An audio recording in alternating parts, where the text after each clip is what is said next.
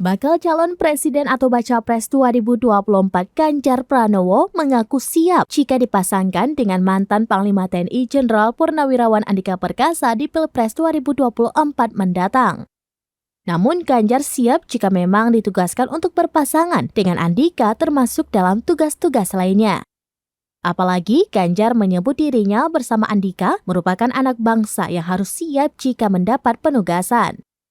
Hal itu disampaikan Ganjar saat dimintai tanggapannya terkait sosok Andika Perkasa yang dipersiapkan menjadi pendamping sebagai cawapres. Andika Perkasa pun hadir mendampingi Ganjar saat sesi wawancara dengan awak media di lokasi. Dalam kesempatan tersebut, Ganjar juga mengaku senang karena ratusan purnawirawan TNI Polri menyatakan mendukungnya maju dalam Pilpres 2024. Oleh sebab itu, Ganjar mendengarkan apa yang menjadi harapan para purnawirawan TNI Polri itu kepadanya. Diketahui dalam acara itu turut hadir sejumlah purnawirawan TNI Polri, diantaranya Jenderal Pol Purnawirawan Dai Bahtiar, Laksamana TNI Purnawirawan Bernard Ken Sondag, hingga Jenderal Pol Purnawirawan Suroyo Bimantoro.